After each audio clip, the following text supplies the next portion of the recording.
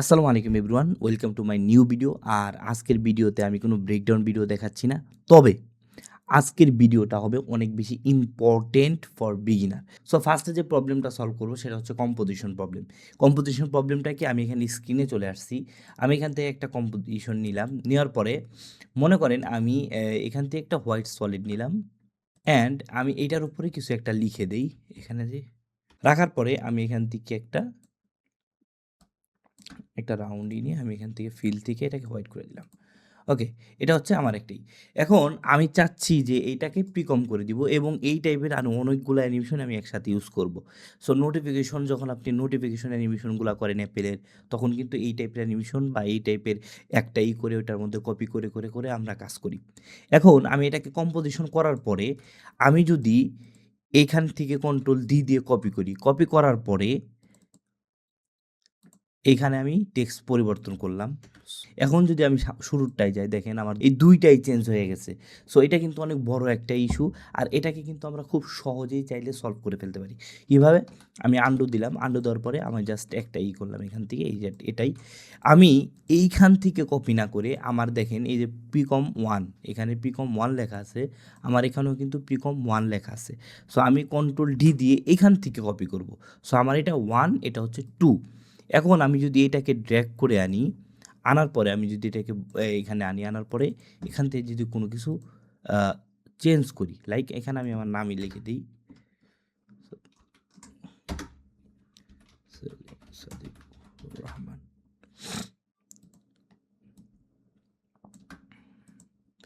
এখন যদি আমি শুরুতে যাই, দেখেন আমার এইটার মধ্যে লেখা আলাদা, এইটার মধ্যে লেখা আলাদা। সো আমি এখান থেকে যতগুলা পারি কপি করলাম, কপি করে আমি একটা একটা করে নিয়ে আমি যদি চেঞ্জ করি, তাহলে আর কম্পোজিশনের মধ্যে আমার কোনো চেঞ্জই হবে না। ওকে, নাম্বার 2 হচ্ছে রাউন্ড কর্নার। রাউন্ড কর্নার কি? মনে করেন আমরা তো এখান থেকে যখন কোনো এই রেক্ট্যাঙ্গেল বা পলিগন যেটাই নিই, এটা কিন্তু রাউন্ড করতে পারি খুব সহজেই। লাইক রেক্ট্যাঙ্গেল পাত থেকে আমি এখান থেকে যতটুকু রাউন্ড খুশি করতে পারতেছি। বাট আপনি যখন মনে করেন একটা কার্সর বানাবেন, মাউসের কার্সর বানাবেন, এখান থেকে ক্লিক করলাম, এখান থেকে ক্লিক করলাম, এখানে একটা ক্লিক করলাম, এখানে একটা ক্লিক করলাম, একটা মাউসের কার্সর। বাট আমার কাছে এটা অনেক বেশি হার্শ লাগতেছে। সো এটাকে আমি কীভাবে সলভ করতে পারি? রাউন্ড করব কীভাবে? আমি যদি এখান থেকে রাউন্ড অপশন খুঁজি, দেখেন এখানে কিন্তু কোনো শেপের মধ্যে, কোনো পাতের মধ্যেও কোনো রাউন্ড অপশন নাই এখানে। সো এইটাকে খুব সহজেই সলভ করা যায়। কিভাবে? আমি এখান থেকে হচ্ছে শুরুতে এই শেপ থেকে এটা ওপেন করব। ওপেন করার পরে এই যে দেখেন কনটেন্টের উপরে এখানে অ্যাড নামে একটা অপশন আছে, এই যে অ্যাড, এখানে ক্লিক করব। ক্লিক করার পরে এই দেখেন এখানে একটা অপশন আছে রাউন্ড কর্নার নামে, রাউন্ড কর্নার, এটাকে দিলাম। দেওয়ার পরে কিন্তু আমার এখানে কিছুই হয় নাই, কিন্তু আমার এইখানে একটা ইফেক্ট অ্যাড হয়ে গেছে। সো আমি রাউন্ড কর্নারটা ওপেন করব, এখানে রাউন্ড ওই রিডিউস নামে একটা অপশন আছে, এটা 10 আছে, আমি এটাকে ধরে জাস্ট একটু বানিয়ে দেব। শেষ আমার এটা। এটা দেখতে যদিও খারাপ হয়েছে, কারণ হচ্ছে আমি ভালো মতো এটা পজিশনটা ঠিক করে দেইনি। আমার এখানে কিন্তু রাউন্ড হয়ে গেছে। সো আপনি চাইলে এই টাইপের যেগুলা শেপ আপনি নিজে রাউন্ড করতে চান, কিন্তু রাউন্ড করতে পারতেছেন না, রাউন্ড অপশন পাচ্ছেন না, সেখানে এই ইফেক্টটা দিয়ে, এটা কিন্তু আফটার ইফেক্ট ইনবিল্ড ইফেক্ট, এটা দিয়ে তারপর আপনি যেই কোনো জিনিসকে রাউন্ড করে ফেলতে পারেন। নাম্বার 3 হচ্ছে 3D অবজেক্ট ইফেক্ট প্রবলেম। আমরা অনেকে কিন্তু বর্তমানে 2024 এ আপডেট হওয়ার পরে আফটার ইফেক্টে এখানে আমরা 3D অবজেক্টগুলা ইউজ করে এখানে অ্যানিমেশন করি। কিন্তু 3D অবজেক্টগুলাতে একটা প্রবলেম আছে, সেটা হচ্ছে আপনি JLB বা GBL ফাইলগুলা যেগুলো আনেন, সেখানে প্রবলেম আছে। সেখানে ইফেক্ট দিলে কিন্তু ডিরেক্ট নেয় না, কোনো ইফেক্টই ও নিতে চায় না। এখানে একমাত্র ওয়ে আছে, সেটা লাইট ইউজ করে ওটাকে লাইটিং করা। সো কিভাবে আপনি জিএলবি ফরম্যাট বা জেবিএল ফরম্যাটকে এনে ওইটার মধ্যে ইফেক্ট ডিপগুলো বা অন্যান্য যে ইফেক্টগুলো আছে, ইফেক্টগুলো কীভাবে দেবেন সেটা আজকে দেখিয়ে দিব। সো আপনি এখান থেকে, আমার এখানে একটা জিএলবি ফাইল ছিল। সো আমার এখানে একটা জিএলবি ফাইল আমি নিয়ে আসছি, এটাকে আমি প্রজেক্টে নিলাম। নেওয়ার পরে আমি মেক সাইজ কম্পোজিশন করে ওকে দিলাম। দেখেন আমার এখানে একটা মোবাইলের আসছে, একটা মোবাইলের যে 3D অবজেক্ট সেটা আসছে। সো আমি আর দিয়ে যদি দেখাই, দেখেন এটা চারদিক দিয়ে ঘুরবে। এই যে এটা একটা, এই দেখেন এটা একটা 3D মডেল, সম্পূর্ণ 3D মডেল। সো আমি এটাকে শুরুতে হচ্ছে ছোট করে নিব এটাকে সাথে। আর এখানে আরেকটা জিনিস দেখবেন, এই যে অ্যাডভান্স 3D তে আসছে, ক্লাসিক 3D না। আমরা যখন নরমাল কোনো 2D সাবজেক্টকে 3D বানিয়ে কাজ করি, সেটা হচ্ছে ক্লাসিক 3D তে থাকে। কিন্তু আমরা যখন ডিরেক্ট কোনো 3D অবজেক্টকে আফটার ইফেক্টে নিয়ে আসি 24 বা 25 ভার্সনে, তখন এখানে অ্যাডভান্স 3D অপশনটা এসে পড়ে। মনে করেন এখন কি করব, আমি যদি এখানে ইফেক্ট দিতে চাই তাহলে কি করতে হবে? আমি যদি এখান থেকে ইফেক্ট নেই, দেখেন এই দেখেন আমার কোনো ইফেক্টই আসতেছে না। আর এই ক্ষেত্রে আমরা কি করব, শুরুতে এটাকে আমরা আগে অ্যানিমেশন করে নিব। লাইক আমি যদি এটাকে ঘোরাতে চাই, আমি এটাকে আগে ঘুরিয়ে নিব একটা। মনে করেন আমি 3D ভাবেই ঘুরাই। এক্স এ দেই, এখানে 1 দেই। সো এটা হচ্ছে, আমি একটু ফাস্ট করে দিই। মনে করেন এইভাবে আমি ঘুরে একটা অ্যানিমেশন করলাম। এখন আমি কি করব, এটাকে লেফট ক্লিক করে প্রিকম করে দিব। প্রিকম করে দেওয়ার পরে এরপরে যদি আমি এখানে ডিপ গ্লো বা যেইটাই দিই, এটা কিন্তু এখানে সাপোর্ট করবে। এখন আমি এখানে যেই ইফেক্টই দেই না কেন, সেটাই কিন্তু এখানে কাজ করবে। সো 3D অবজেক্ট নিয়ে যখন কাজ করবেন তখন কিন্তু এই জিনিসটা আপনাদের খেয়াল রাখতে হবে। নাম্বার 4 হচ্ছে অ্যাঙ্কর পয়েন্ট প্রবলেম। আমরা আমি এখান থেকে এগুলো ডিলিট করে দিই। আমরা যখন কোনো অবজেক্ট নিই তখন কিন্তু আমাদের অ্যাঙ্কর পয়েন্টটা এখানে থাকে। আমি যদি এখান থেকে ধরি, দেখেন এই যে অ্যাঙ্কর পয়েন্ট, এই যে। সো অ্যাঙ্কর পয়েন্ট বারবার কোনো অবজেক্টে নিয়ে মাঝখানে নেওয়া বা সাইডে নেওয়া, এটা কিন্তু অনেক বেশি হ্যাসেলের কাজ আর অনেক বেশি টাইম কনজিউম কাজ। এখন আপনি কি করেন, আপনি এখান থেকে অ্যাঙ্কর পয়েন্ট টুলটা নিয়ে ধরে এরপরে মিডল আনেন। এটা কিন্তু মিডলে যায় কিনা তাও কিন্তু সন্দেহ, প্রপার হইছে, মিডল আসছে কিনা। এটার একটা সহজ ওয়ে আছে। আমি যদি এই অ্যাঙ্কর পয়েন্ট টুলের এখানে আসি, আসার পরে আমি যদি কন্ট্রোল প্রেস করে এখানে ডাবল ক্লিক করি, তাহলে এটা মিডলে এসে পড়বে। এখন এটা করার জন্য আরও সহজ সহজ কিছু স্ক্রিপ্ট আছে। আপনি যদি অ্যানিমেশন কম্পোজার ইউজ করে থাকেন, তাহলে উইন্ডো থেকে আপনি যদি এই অ্যানিমেশন কম্পোজার থেকে অ্যাঙ্কর পয়েন্ট মুভারে যান, এখানে গেলে আমার কাছে দেখেন এমন একটা অপশন আসছে।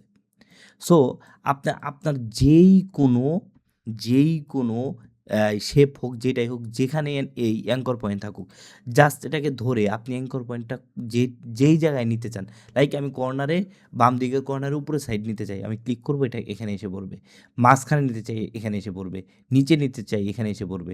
মিডল অ্যালাইন করতে চাই, এসে পড়বে।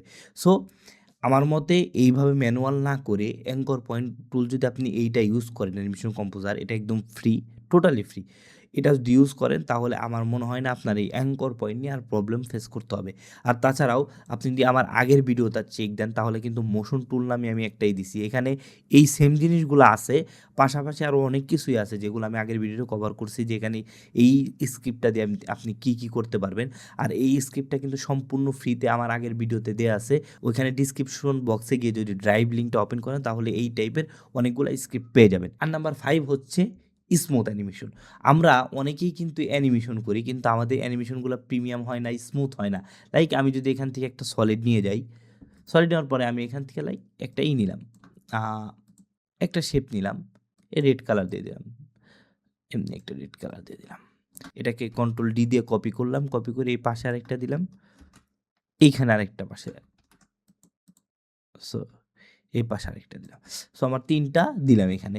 এখন আমি চাই একটা থেকে আরেকটা স্মুথভাবে অ্যানিমেশন করতে। পজিশনে নিয়ে এই সবগুলাকে একসাথে ম্যানুয়াল করতে চাই, ম্যানুয়াল।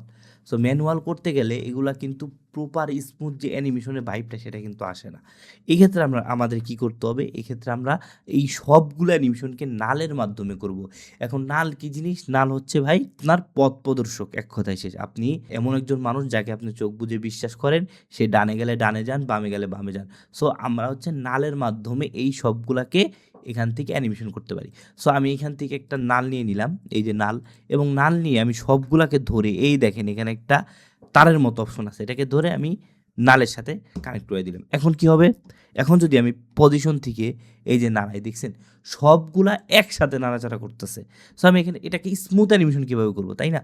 সো আমরা তো স্মুথ অ্যানিমেশনের জন্য আসছি। আমি শুরুতে কী করলাম, স্কেলে গেলাম, স্কেলে গিয়ে আমি এটাকে একটু আগে দিই, আগে দিয়ে এটাকে জুম করে দিব। হ্যাঁ, মনে করেন এখানে আর পজিশনটাও দিই, কারণ পজিশন ঠিক নেই।